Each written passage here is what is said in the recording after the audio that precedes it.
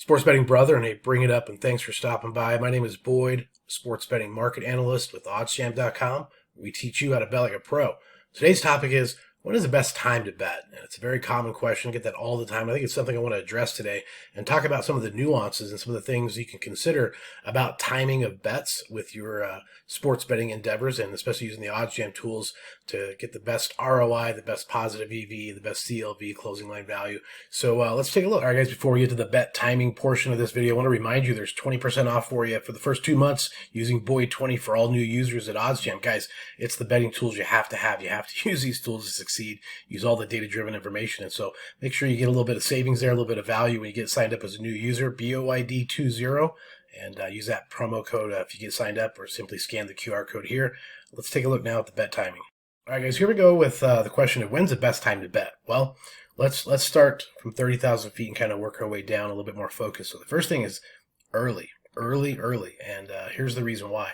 Whatever sport you're doing, whatever situation you're in, if you can get in and find some early value, typically the price is really going to change for the worst. Now, if you get in early and prices do change for the worst, you always have the opportunity to try to middle or hedge back out of that if it's that bad and you want to do that. So you don't have that opportunity if you're late and doing it at the very, very end. So the first thing I would say, overall concept, better. Okay, so we've established that betting early is good, right? Well, now when you talk about what sport you're betting on, certainly if it's NFL, you might see early lines come out several days, even a week prior, and certainly you're going to see them come out Sunday night and if not early Monday morning for NFL games for the following weekend. So you have about a week's time. You really have several days, and a lot of things can happen during that time period. So anytime news, information, things, open up windows of opportunity to change, that's going to be a little bit more variance and a little bit more of a risk factor being that far out. Now, certainly if you're looking at NBA games, college basketball games, Major League Baseball games, NHL, where the game's the very next day, those lines come out typically that night, that evening, that afternoon, and they'll go through the night in an overnight situation,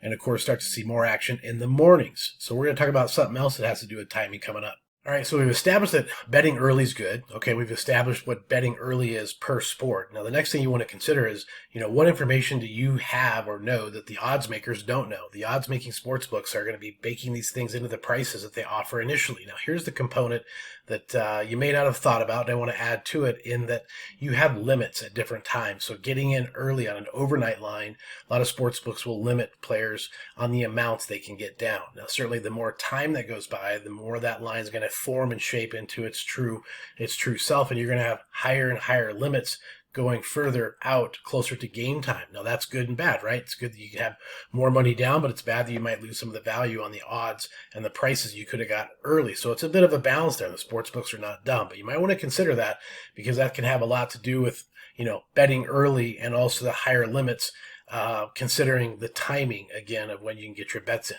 So to kind of put all these components into in perspective, what I like to do is get up early in the morning. I'm hitting the markets around 6:30, 7 o'clock time. I find there's a lot of good opportunities and plenty of value in the markets at that point in time. The other thing I like to do is about an hour or two prior to the game starting. So the NBA games start at 5 o'clock Mountain Time, 7 o'clock Eastern Time. I'm at the positive EV page and using OddsJam around an hour or two prior, finding a lot of good opportunities. Now, the other component of that is to think about the bet type.